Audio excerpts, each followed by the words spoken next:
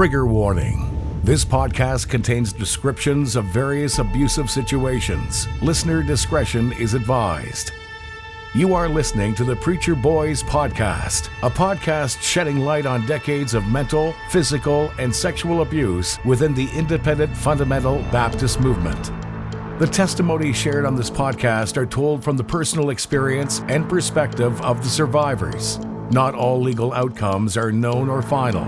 Any suspect is presumed innocent until proven guilty in the court of law. To find more information about the Preacher Boys podcast and upcoming documentary, visit preacherboysdoc.com or connect on Facebook, Instagram, or Twitter with the handle @preacherboysdoc. Now, here is your host, Eric Skwarczynski. Hey everybody, welcome back to the Preacher Boys podcast. I'm so excited to have Tiffany Bloom on the show. She is the author of the book I have in front of me, Pray Tell, and the host of the Why Though podcast. I'm really excited to have you on the show. Thanks for coming on. Oh, I am so honored to be here. Also, major props for the name of your podcast. So good. It stands out. It's fabulous. Awesome. Yeah, I was worried when I did it that like nobody would get it, but I get a lot of good feedback on it. So I'm glad that it resonates. But it's good. It's too good. But yeah, so you wrote this book. The obvious question is why though? What was the reason for doing this book and doing it now? Because it seems like there's a lot of people starting to talk about, abuse. They're starting to talk about, all of these issues in a pretty concentrated way, it feels like, but all from their own angle. So what was it for you that kind of pushed you to get started on this project right now? Yeah. So many number of years ago, I found myself in a situation speaking truth to power in an environment where I played by all the rules. I did what was told. I had all the right marks and the system failed me. So as I spoke truth to power, I lost more in the process than I ever imagined possible. And as I dug into why I wasn't believed, that I was disposable and the man in power who abused his power at a woman's expense was indispensable, I discovered the societal, professional, financial, and spiritual ramifications of silencing women, why it's so effective, and how we all are cogs in this system of complicity. And it really does affect every sector of society. Right. Yeah, it definitely does. And that's something that I'm noticing kind of reading through all the different research that I've been going through and kind of trying to get to the bottom of like, how does this happen? Right. And it is, it's like I think it's almost become like almost a cliche to say it's a systemic problem, but I think that's like the only way to describe it is like, it's something that happens really in is. churches, it happens in businesses, and it starts from the ground up. And I'm kind of curious because I know your original background is India, which is a very, very patriarchal system. I mean, yeah. I actually have a lot of experience with India. We used to work quite a bit over there, and it's an environment where to be a woman, is a very difficult position to be in. And I'm just curious, do you have, I know that was very early in childhood. Do you have any memories, or do you feel like that you experienced that or saw that at all as a child there? No, I wouldn't say I have any memories. I was adopted shy of my second birthday. But as I've come to understand the situation surrounding my birth, and as I've come to understand the region I'm from, and having the opportunity to go back quite a few times, really seeing that I was a product of a broken system that didn't value women. The reason I was adopted, the reason I don't live in my first culture and speak my first mother tongue is because of how women are treated. So very much to prove your point, it's so systemic and it's so ingrained in every culture in the world. And it really is on full display in patriarchal cultures such as India, or really anywhere in South Asia. You see how women are second, they're objectified, and this is just the way things are. They're to be conquered, they're to be taken, they're to be had. They're not seen as equals. And although they've come so far in politics, in practice, it's still a country that, I mean, just take their orphan count alone, over 26 million orphans in India at any given time, clearly shows you the lack of care and the way women are treated. And obviously there's so many more factors that play into that, poverty and familial care, but it really is it's jarring to think about the widespread patriarchy. I think of as very, we think of this infanticide, right? Where so many little girls before they're a month old are murdered by their own parents because they can't afford a dowry. They don't want to have a girl. So you have this imbalance where there's so many more boys in India than there are girls, especially in the 80s. It was even more popular. And to my knowledge, ultrasounds are still banned because if they find out they're going to have a girl, they'll find a way to go get an abortion.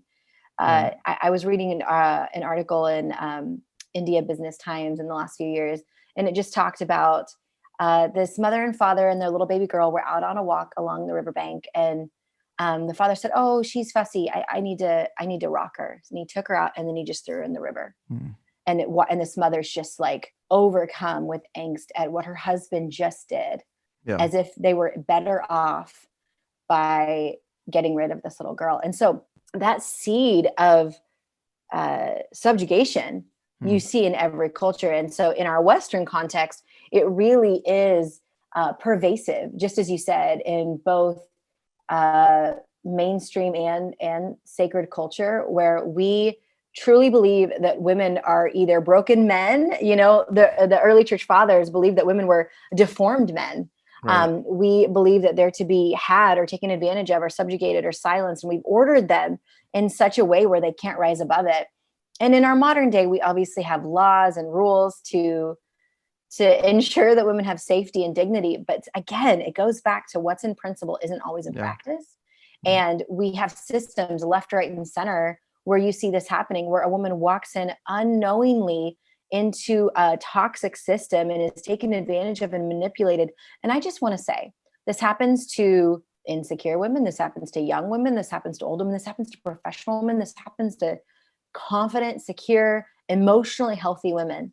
This happens to everyone across the board, because if there's room for narcissism, which we often see as a prerequisite for male leadership, then you're going to see abuse of power at a woman's expense.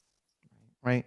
I have to ask this because you talked quite a bit in the beginning of the book, and I thought it was good to give the groundwork of your kind of personal experience. And you talked a lot about how, you felt a need to stay silent. You felt this need to stay silent, both as a woman and as a person of color. Like it's two strikes against you, right. Again, like technically in the US, that's not the case. Technically on paper, that shouldn't be any strike against you, but in principle, it definitely was. And so you mentioned kind of early on, like there was this idea that, you were silent because you felt like you could make excuses for the way that men acted. You could make excuses for the way the system was. And then you made the statement until your convictions like outweighed your loyalties. And I really love that statement. I think that's kind of the breaking point that everyone I've talked to on the show gets to, is where their loyalty to a pastor is there until their convictions start kicking in a lot stronger than that loyalty does. What was it that started tipping that? Like, was that a super long journey for you of like those scales trying to tip, or was it something that kind of instantly pushed that over the edge and said like, okay, there's an issue here? Oh, you set that up so well. There's such an internal dialogue. For me, it was a very, very long process. I'm a 3 on the Enneagram, rather agreeable, diplomatic, want the best for everybody, want everyone to get along. Everyone needs to like each other. Nothing's wrong, right? Always see the glass half full. And so for me, it was ignorance is bliss in the beginning of my situation, where I'm like, no, surely this man doesn't mean that. Even though I had solid evidence otherwise, in the way of crude joking, in the way of eyes lingering too long and making eye contact, in the way of, hey, let me buy you a coffee, all these kind things that were weaponized against me and against the women in my world. And so as time went on, the internal dialogue where you have to weigh that conviction versus loyalty comes in when you realize your proximity to power and what you have to lose in the system that you're in. Because this book is very much written by the bystander. I was the person being like, is this my job to speak up? Is this an ethical issue for me too? And that's what I want the conversation about this book to be, is what is my role in this, even if I'm not the one who was victimized per se? Because we all have that ethical dilemma of, do I stay loyal if this didn't happen to me? Right. Or do I speak up? And so for me, again, very long process. and weighing what I would lose. I was the breadwinner at the time for my family. Both my husband and I were employed by the same institution. Our kid was in private school at this institution. I mean, it was a big place. And so we knew that there'd be so much to lose. And to be honest with you, thinking of the relationships we would lose, thinking of our faith community, thinking of just the work that we had done, and professionally, all that I would lose, it was a lot to weigh. And so I weighed it for quite some time. And really the breaking point for me was when someone came to me with news of the very worst kind. And it was the moment of, this is a sinking ship. I'm either going to call for help against the will and hope of these leaders, or I'm going to sink down with it. Right. And so I really felt like, I know that they would be much happier if I stayed silent, but I will not be able to live with myself if I don't. And add to that, which I share a little bit about in Pray Tell, is I was having night terrors. I would get sick in the middle of the night. I mean, I was a tortured soul with the information I knew and the misconduct that I had witnessed. And I was a shell of a human. It was truly a painful, dark experience, constantly paranoid, constantly thinking this person knew what I knew about him. Because quite honestly, he had so much more power, that imbalance of power. I knew what he could do to destroy my life. And honestly, he did it. He did everything I thought he would do. Right. So it's one of those things of, when you weigh that loyalty to the conviction, you know there's consequences either way. Yeah. So what are you going to do? Are you going to lie to yourself and hand yourself over to someone else's agenda and someone else's will and someone else's way and not think for yourself? Or are you going to face consequences that could be outrageously detrimental to your family and trust that the Lord's going to help you rebuild? Right. Why do you think so many people opt to sink down with the ship? Because we see all these stories happening, name the church. I mean, there's people just that stay on board, and it always seems like the outlier is the person who's speaking out, whether they were the victim or not. And it usually isn't the victim. The victim is usually gotten out of the church by the church or by the organization or by the company. Right. And then it's like one or two whistleblowers that might follow suit. But why do you think the majority stay? Do you think it's ignorance, or do you think it's pure avoidance of what they know is happening? Because I look at some situations, I look at the church that I grew up in, and we had situations, where there's still to this day, every Sunday morning, there's a predator on the platform leading music. And I know some really amazing people at that church. I have family at that church, but they don't see the issue that I see. And it's very confusing. So why do you think that corporately there tends to be this kind of denial of what's happening? Yeah, absolutely. Almost like corporate Stockholm syndrome. So what you see here is there's no conscious overt choice of like, I'm going to stay with a predator. It's nothing of the sort. What happens is when we meet somebody and they are benevolent, kind, generous, spiritual, they make us feel seen, known, loved. We have a moment with the Lord that we attribute to their leadership. It is almost impossible to change our mind on how we first believe someone when they gave us their first impression. We are so married to our understanding of who they are the first time that we've met them that we cannot deal with the dissonance of who and what they could do behind closed doors that do not match the reality that they've presented to us, even if that information is presented to us by someone we care for, by someone we love. It could be our own kid.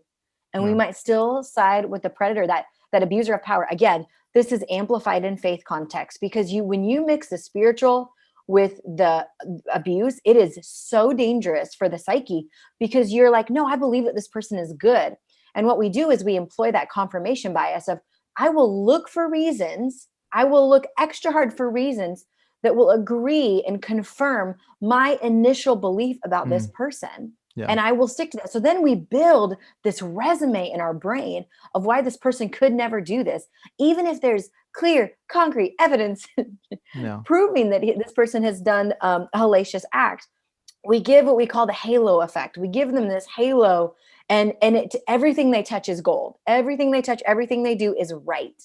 And we weigh their accolades and how they made us feel. And we overly value any kindness they offer to continually keep that halo on their head. They might look our way, give a handshake, during the greeting time at church, and we feel like, oh my gosh, they think the world of us. So we'll go to bat for them at an unequal proportion of the kindness they've shown to us. Right. And we'll begin to see things from their side. We're essentially groomed. We're corporately groomed. Yeah. And know that narcissists who are abusing their power, they are going out of their way to corporately groom people, because if things ever do hit the fan, they need their troops ready to defend them. And it's outrageously effective. We see this time and time again. We see this with recently the Andy Savage case. He had a standing ovation after he personally had his own mouth admitted to sexual abuse of a minor. He was given a standing ovation. Right. That's how you groom corporately. That's how you convince people this person is good. Now, when you cross those wires with some faulty theology that offers forgiveness without repentance, shoot, we just that's a whole hot mess. It's a whole hot mess, because we're offering what is not to be given. I really love to look at the story of David and Nathan, where Nathan is a whistleblower. He's an ally. He's a male ally to Bathsheba. And often we don't see it that way because they're not in the same scene. Right. But he goes before David. I know who you are and I know what you've done. And he reads him as mail. And what does David do? He repents. He repents. We love to be like, no, don't touch the Lord's anointed. He's a man after God's own heart. David repented. He was full of sorrow. And we would love to think that he was restored fully. He was never fully restored to what he had before he abused his power at Bathsheba's expense. His own son tried to take his throne. His kingdom was never what it was before. Even the Ancient of Days isn't going to let things go. There's consequences. Right. Yeah. The idea of the corporate grooming is like super powerful. And that's something that comes up quite a bit in the show when I chat with people. And even before that, I remember talking to, I remember just talking to a pastor about a large megachurch pastor within the Independent Baptist movement. And, we brought up all these different allegations that had been made and all these different things. And he just said, I just can't believe that, because, when I was a young pastor and I didn't have any money, he's like, he took me out and he bought me my first suit and he bought me this pair of shoes and he took care of my family when we went through this. And, I've also heard the statements recently, it's someone was on the phone and they said, do you really want to throw away someone's entire life over, one bad action out of 30 years of ministry? That those kind of statements are true. Do you think there's also that level too, where we're worried of admitting that we were groomed? Like, do you think there's a level where we're sitting there going, man, if we admit that they did this, we're admitting that the person that we brought our kids to their church's Sunday school, or we put our kids in this school, we're admitting that we missed a red flag. Do you think there's that level of it as well? Yeah. I just have to say, you were the first person to ask that question. And that is a conversation that I have not had with anyone yet around this book. So I just first want to say, thank you for seeing it from that angle. That's so valuable. And there is this moment when we see somebody do something bad who formerly we believed was good, and we can't handle the dissonant reality that people are both good and bad. Shonda Rhimes seemed to figure that out, but we can't seem to figure it out, that people can be both good and bad. Because what happens is, not only do we have to admit that we've been groomed and that we've been duped, and we're questioning how we trust people, not just that person, but how we have treated and trusted and delivered our own connection with other people, we also have to admit that this can happen to us. We love to believe that a woman deserved it, because if she didn't, then the whole system is ruined and anyone is fair game to be abused or taken advantage of. And there's no way to prevent it on our own. And that's terrifying. And I think for me, I've just never thought of it like that. The way you presented it is, in my own situation, I was so proud. I mean, the majority of mentors in my life have been men, amazing men of God, of valor and kindness and respect and dignity and honor and accountability. And so when I was so preyed upon, I not only felt shame, like, how did I not see this? But I was taught to trust. I was taught to trust my leaders. I was taught to trust my spiritual leaders, that they had my best interest at heart. So it's also this, it's this abuse of trust that we have to grapple with. It's not only where we have to admit that we're groomed, and there's shame in that. There really is some shame in that we have to process, but admitting that we have been preyed upon, and our spirituality and our body and our time and our generosity have all been preyed upon to advance somebody else's agenda that will not serve the flock, that will not serve the whole, but that is self-serving. I want to go back to a statement you said, but this is the guy who taught Sunday school. This guy bought me my first suit. This guy dedicated my babies. This guy baptized me when I was 17. He couldn't possibly do this, right? He married us. He married us, you know? Yeah, he buried my mom. We have all these moments. And often it's in really crucial moments that meant a lot to us. And the sad thing is, likely he knew that meant a lot to us. And secondly, it is something to grieve. It just is something to grieve that somebody who could be so benevolent and kind is also taking advantage of women or abusing his power, any imbalance of power. I'm not talking about women anymore, just any imbalance of power, taking advantage of finances, taking advantage and just lying, dishonesty, the list goes on. In my situation, infidelity aside, this person was a monster. And so the imbalance of power can go so far when you feel like you walk in the room and this person's going to slander you, but they also dedicated your babies. And when you were in a tight spot, they were the first person you called because you trusted them to show up, and they did. And so again, being able to see that, again, look at the example of David, a man after God's own heart, and chosen as the king of Israel, but still sexually assaulted a woman. Yeah, no, there's a book by Jessica Taylor. She talks about like the idea of rape myths, and the book is called Why Women Why Women Are Blamed for Everything. I was like, I thought it was a subtitle at first, but one of the things she talks about is that when it comes to the idea of like women being raped, we tend to think of like it being their responsibility. Right. And she said, men tend to use rape myths to excuse or minimize sexual violence. Women tend to use rape myths to deny their personal vulnerability. Exactly. So it makes us feel safe to say that would never happen to us, or it makes us feel safe to say we would spot it, or it makes us feel safe to say like I wouldn't have gone to that party or drank that, or trusted that person, or went alone with them, going door to door, knocking doors in my people church. Like we wouldn't have done that. But the reality is like it could happen anyway, because these guys are good at what they do. Like that's good.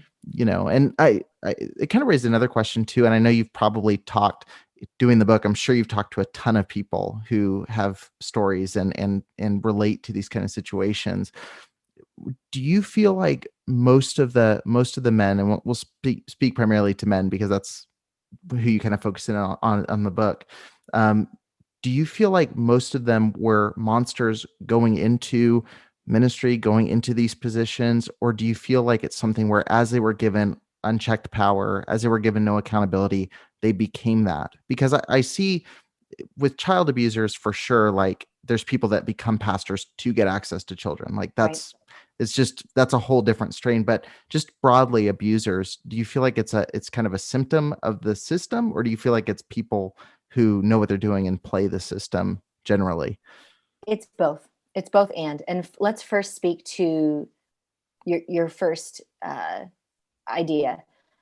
Research shows that as men have more access to power, specifically unchecked power, resources, platform, decision-making without accountability, research shows that as men have more power, they believe they're more sexually attractive, more desirable, and they will seek out, I repeat, they will seek out sexual affairs, not always in consensual relationships. So there is clear evidence that this happens. You see it in politics, entertainment, business, obviously church. So their power truly does corrupt, especially when it comes to a man's sexuality and what he believes that he deserves. Yeah. Now, on the flip side of that, power and platform and opportunity to lead others is the perfect opportunity to groom those around you to bend your way so you can take advantage of them. Let's take the Bill Hybels situation, for example. He groomed women to his inner circle, his inner core, to the top teams. He gave them what they wanted: opportunity to lead, opportunity to preach, opportunity to lead worship. And so then he had people to pick from that he'd groomed, who owed him something, who felt so indebted to him. I say in the book, in my situation, no one had given me more opportunity and no one had exploited my loyalty more. So it's a both and. I think that truly that power, there is a biological change that happens where men believe that they not only deserve sexual gratification by those around them, but will actively seek it out. And then, of course, we do see men who specifically pursue power, just as you said, similar to pastors who abuse children at churches or anywhere that they can get their hands on kids. You'll see the same thing where narcissism is rewarded. And narcissistic qualities are so easily masked in leadership. Yeah. And especially in church leadership, where there might not be a robust HR protocols or bylaws to handle abusive power, even on a micro level. What happens is those micro traumas that are committed at the hands of a narcissist are not handled. So then they just grow and grow and grow and grow. And in my situation, the smaller stuff was never handled. And before you know it, there was a trail of women taken advantage of, whose lives were destroyed because a man had unchecked power and the small stuff wasn't handled. Right. So how do you kind of prevent this? Because you've got, I mean, like you said, just the same way that power can be masked as, being a leadership trait. And like Chuck DeGroat's book, When Narcissism Comes to Church, like nails that. And Totally. And it honestly made me super paranoid because I was reading and I was like, is this me? Is this about me? And because I think we all go into books or topics like that, and we have like people in mind who are like, yeah, that's them, that's this person, and then he would give definitions, and I was like, well, is that just something I'm good at, or is that something that like, is that narcissistic? Is that, and then I was like, well, if I'm thinking this book's about me, that's narcissistic. It really just spun me out a little bit, but then it also made me realize too, as I got further through the book, I was like, oh, there's a lot of these traits layered on top of each other that point to very specific people. And it narrowed my definition quite a bit to where, like, I used to think everybody that was, I tend to default to like, oh, you have a public platform, you're probably a narcissist, which isn't really fair. But then you go kind of more narrowed in, and it's like, there's a whole character trait, like layout of who this person is. But I'm curious, like, because it is, I think through a lot of times this conversation gets lost because, it's funny, but like a lot of, especially white men, tend to feel, victimized by these kind of conversations. It's like, well, you're going after, how come white men can't be successful, which is like such a funny thing to be complaining about, but it's one of those things where it is a good question, is like, when does it become an issue? Like, when does the power become an issue? Because it gets portrayed as, hey, you have a bigger impact for the kingdom, or you have more success for the company, or you have like, it looks really good, like to have 20, satellite ministries and a TV show and radio show and a book and, 10 more books and a magazine. That all looks really good. And I don't think any of us would say like those things are inherently bad, but how do you prevent the too much power situation without hindering the growth of, say, like, a ministry or an individual, kind of hitting their quote unquote potential? Right. It's both lateral accountability and vertical accountability. There has to be lateral accountability. And this person in power, I was having a conversation yesterday about this idea of anointing. We don't really see that in the New Testament. That is an Old Testament understanding. Mm-hmm. Besides the Queen of England, we are all humble servants of the King. And so this idea that this one man, and just to go with your analogy, this one white man is anointed to lead.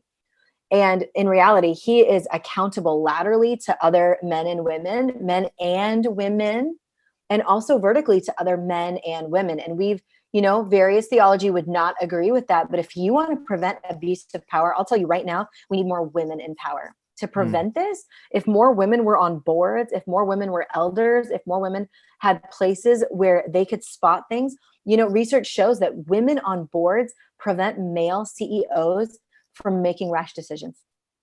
Women on boards and women in places of power, it increases economies. The GDP goes up in any country in the world where women have equal power to men at the highest levels of leadership. And so if you want to prevent this, there has to be accountability. And this isn't like something I have written and published, but I just want to say it out loud. If you really want accountability as that top leader, you have to be willing to do whatever is asked of you. I was reading an article about Ravi Zacharias and saying, if you want to prevent this, you make pastors take a polygraph every month. Every month, youth pastors, there's no room for leadership if you're willing to have anything hidden. Your iPhone should be, any messages should be able to access your email server, everything. You want to be honest, be honest, be honest. Have a select amount of people who can see your transactions, who can see your interactions, where you're spending your money, who you're spending your money with. I want to use the example of Carl Lentz, the gal who came forward. She noticed that when Carl asked for her number, he put it in his notes app. He didn't put it in his address book. That's a man who knew what he was doing. That's a man who knew how to abuse his power. That's a man who knew how to hide his abuse of power. So this lateral and vertical accountability to the top. But let's talk about the bottom for a second. How do you prevent it? Very aptly named bystander intervention. Before it's on CNN or RNS does an article or Christianity Today has their server crash because we're reading about abuse of power at a woman's expense, we can do something so small as bystander intervention. When you walk in and you see a conversation between a man and a woman, and that woman, her body language doesn't look confident in herself, that man is talking or looking at her in a way, or you're hearing the subject content and it's not particularly appropriate, putting yourself in the situation and diffusing, hey, did you want to go grab a coffee? Make it awkward. It's fine. Hey, I needed you for a minute. Can I just talk to you? Being able to just interject, and the military has employed this in every branch because the amount of sexual harassment and assault is so rampant in every area and in every level of leadership, particularly low-level leadership. And so they are really the leaders in this, but it really works anywhere. And I often think of the woman caught in adultery as the perfect example. Jesus walks in the scene. It's clearly a trap. And he puts himself in between those who wanted to stone her and this woman. He physically puts himself there. And then he addresses them, which is in bystander intervention. After the fact of intervening, you would go to the man and say, hey, did you realize how you came across? I don't think she appreciated that. I sense that she felt a little uncomfortable. Dude, what are you talking about? No, dog, I really think that wasn't how you meant to come across. I could tell she was uncomfortable. Being able to call their crap before it gets out of control. We have no idea the amount we could save and the heartache we could save if we can stop things before they ever get going. And then thirdly, we go to the woman. Hey, I noticed so-and-so was talking. We're going to call him Doug. I noticed Doug was talking to you. Your middle name isn't Doug. I pray it's not. I hope Doug wasn't talking to you inappropriately. I noticed just the way he was talking or his body language. Give this woman a minute to feel seen and known. There's nothing as isolating as sexual harassment and assault. In fact, it's the leading indicator of derailing a woman's career and life is sexual harassment and assault. So if we can go in there and just that anybody can do this, anyone can be like, hey, do you want to go get a coffee? No. And then approach the man if appropriate later, and then go to her. Hey, are you okay? Did you need to talk to somebody? I'm happy to go with you. Did you need to go talk to HR? Did you need to go talk to an elder? I'll go with you. Being able to be a person who lends strength in moments when we see impropriety is valuable in ways that we cannot even imagine. Because before this ever gets off the ground, we, in the smallest of ways, in ways that will cost us nothing, not our platform, not our place, in ways that will cost us nothing, we can step in. Now, of course, there's other ways that we'll have to count the cost and have to speak up. If we're calling the police with somebody, that's a whole different situation. Or if we're going to go sit before a board with somebody, that's a whole different situation. And there is a moment to count the cost and realize your proximity to power, but it's worth it nonetheless. Right. Well, our listener named Doug is sweating right now. He's sweating bullets. Sorry, Doug. Love you so much. To God be the glory. I mentioned, you mentioned the idea of putting like women in positions of power, which I agree with. Like there was I've shared this before, and I'm nervous because this is a very specific story. So like, I hope he doesn't, I hope he doesn't hear this and then get all flustered about it. But there was a pastor, and he's done a really good job speaking out about abuse, and I mean, really has, and disagree with him on just about everything, but in that area, he's been very vocal, which is a good first step. Yeah. But also, like, again, disagreeing on the method of it is like, he was going to put on a conference, talk about abuse, but was like, I don't want to have female speakers at the event because I don't believe in having women in the pulpit. And it's like, Right. bro, that's like, you're kind of missing. And again, it comes back to that thing of like, to understand the problem, you have to talk to the people who are mainly being affected by the problem. Like, you have to listen to those people. But you cover something in the book. And again, it was another one of those gut check kind of like, hey, is this something that you're falling into, or is this a trap here? And it's the idea of that faux egalitarianism. Like, it's that idea of, putting a woman here because it makes the system look better, or, with some more progressive churches, oh, we'll give her a pastor title, even though she's really just has the power of being the pastor's wife. We tend to like throw that kind of stuff out there. So how do we do that in churches, organizations? How do we do that without just filling a quota? Like, how do we make sure that we're putting women in positions where they have legitimate power, instead of just putting them in a spot to check a box, or to say like, maybe this will shut everybody up if we have like a woman here, or if we put, a token, person of color here on the board, now we're good. Like, how do you really incorporate someone into your organization, especially for someone, because I have a lot of pastors that listen, especially for pastors who are listening, who are saying, man, it's literally all guys. Like, it's literally just like, hey, there's me, and then there's 6 elders, and that's like who runs the church. Like, there's no female voice, there's no person of color. Like, how do they start doing that without it just being, we want to check a box, we want to do this? Yeah, I think you have to have an internal conversation and really recognize how patriarchy has no roots in the gospel, and that Greco-Roman influence in the first century bled into the church. It wasn't the other way around. That bled into the church. And you see Jesus' encounter with women, and we often hold a few words of Paul over the entire life of Jesus. But when you look at Jesus' encounter with women and the way he empowered them and the way he allowed them to lead and speak and preach and disciple, we have clear evidence of women having opportunity and it not being a bad thing. And we're talking about the first century, where women couldn't vote. Women were as low as slaves, where women couldn't even speak in court because they'd be accused of either personal gain or fear of punishment. So if Jesus in the first century was able to find a way to see that women had inherent value, that the potential and the spirit running through their veins was valuable for the advancement of the kingdom, so must we. So must we. And putting women not, as you mentioned, just in performative positions, but in actual positions of power is trickier than it sounds. And I'm glad you wanted to expand on this, because I was in executive leadership for 7 years and it was all performative. It was all performative. I really don't believe that I had a valued voice. And I was optimistic enough to be like, no, I can have change from within. We can do this. I believe in what God is doing here. So I'm staying, and we need people to do that. But of course, if there's abuse of power, we've got to examine the whole system. But for you who's listening and you think, how do I do this? Where do I start?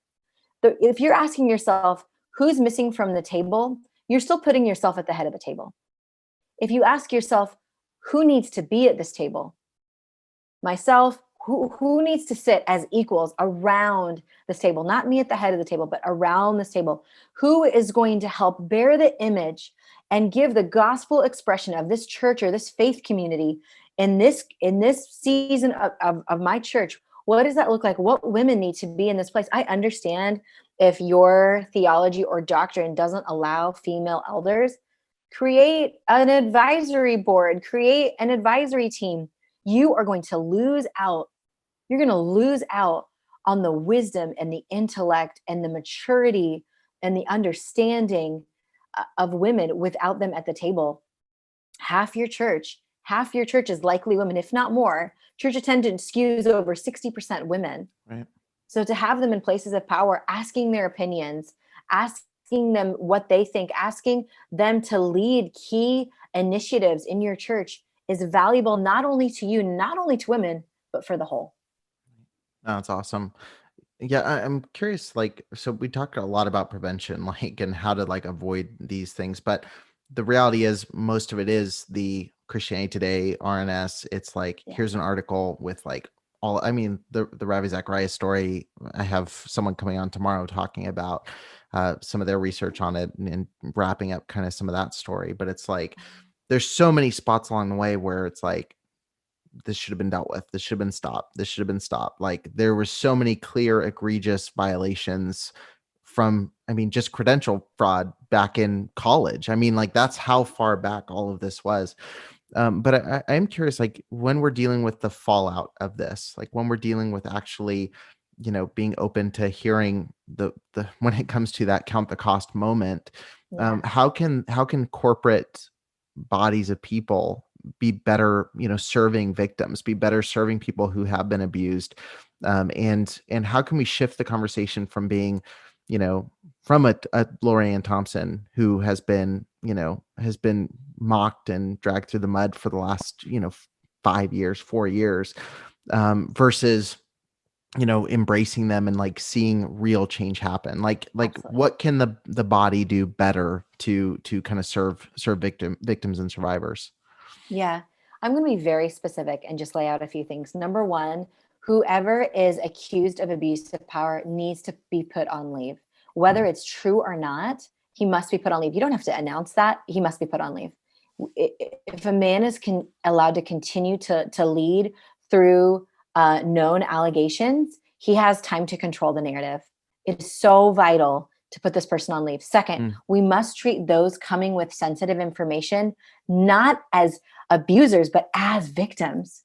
There is nothing worse than a victim coming forward and being treated as the guilty party. And it happens time and time again that the abuser in power is treated as the victim. The roles are reversed, and the true victim is treated like you're guilty of upsetting the system. And there's more pain and frustration over that than the misconduct that actually took place. Right. They're attacking the man of God or whatever label you want to throw on it. Of course. Totally. She has got a Jezebel spirit. The list goes on. So being able to go with compassionate care. How can we serve you? What do you need? Provide anonymity. Women have lost too much. We know it. It's why we stay silent in the first place. We self-silence long before someone will silence us. And when we finally do speak up, we are silenced with threats. We're silenced with NDAs. We're silenced with abuse of power and mistreatment. And of course, as you just named, shame. And so being able to give women anonymity, safety, respect, compassion, and immediately offer counseling and care. Now we could think, oh, but what if she's making it up? Less than 1%. Research shows less than 1% of women would do this. They would speak up unnecessarily. They would speak up with false allegations. That's just not that's normally not what you're dealing with. Right. So we've got to be able to see her as somebody to protect and care for. She is the one on the side of the road, and we are the good Samaritan. We are not to walk past. We are not to glaze over. We are to put her on, give her our own oil, use our own money to take care of her, to give complete care, not treating her like the guilty party. Of course, you want to get to the bottom of the allegations. Of course, you want to find out what's true and when it happened and have evidence. But what often happens is we ask her, well, where's the evidence? Well, where's this? Well, where's that? And because she can't string together the events in chronological order, we accuse her of lying. And in reality, that's proof of trauma if she cannot spit out the events in the exact order. No. That is absolutely proof of trauma. Any psychologist would share that. So being able to give her care, and this is where what we've missed. This is what we've missed. We put men, we give them standing ovations, and we give them the benefit of the doubt, and we don't offer counseling or care or anything necessary to rebuild. Did this woman have to take time off? Pay her what she is due. Did this woman lose her job or decide to quit because of this abuse of power because she was trapped? Back pay her. We must be willing to go back and make right. And then, of course, thirdly, we must address the system. How did this happen? This does not happen in a vacuum. There are enablers at every level. There are complicit active and passive enablers. Be able to weed through the system and understand how this happened and putting practices of accountability in place so it doesn't happen again. Mm-hmm. Now, often we'll do step 1, step 2, or step 3, but we must do all of them. And lastly, we must be transparent about it all. And here's the danger of not being transparent. The abuser of power is likely going to move on and start again whatever he just did, because this is a pattern. This is who he is. If he's narcissistic, he's narcissistic. And if you are not transparent with facts, he gets to control the narrative. He gets to tell his version, and he'll often do it with detail. And so, of course, we want to protect victims. There's a way to be transparent without revealing who was harmed and the insidious nature, but we can tell what he did. We can tell what this man did and how he abused his power. In my situation, I'm seeing a man build an empire once again because there wasn't transparency like there could have been. And so what story are we going to believe? Are we going to believe the detailed story he offers? Or are we going to believe the vague story of a cover-up or this grand scheme to oust a man of God? There has to be transparency. You look at the church has a lot to learn from Google, who after Andy Rubin, an executive at Google, took advantage of a lower level employee, he was given a $90 million payout. And employees had no clue of what he had done. He was paid off and sent on his merry way. There was no change in bylaws, nothing. And so when it was found out, there was a worldwide, not nationwide, but a worldwide walkout of all their employees at various levels of leadership, demanding accountability and transparency, and demanding that there be a low-level employee on the board who could bring their concerns and who could also deliver the information down to the lower level of what's happening. How is this being handled? This could be any of us taken advantage of next if they're not going to address the systems that enabled this predator to easily prey on a lower level employee. Wow. Yeah, that's really good. Yeah. And you see it over and over again, that it is a pattern.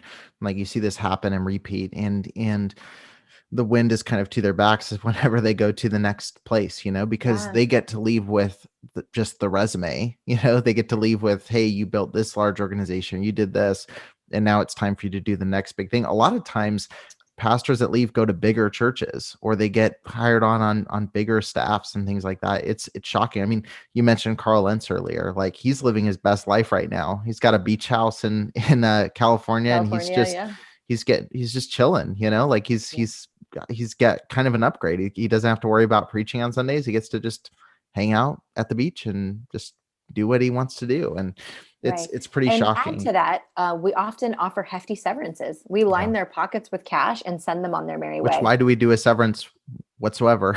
It's like one of those things that just doesn't make any sense. But I am curious. I know we're running to near the end of our time, but I'm really curious.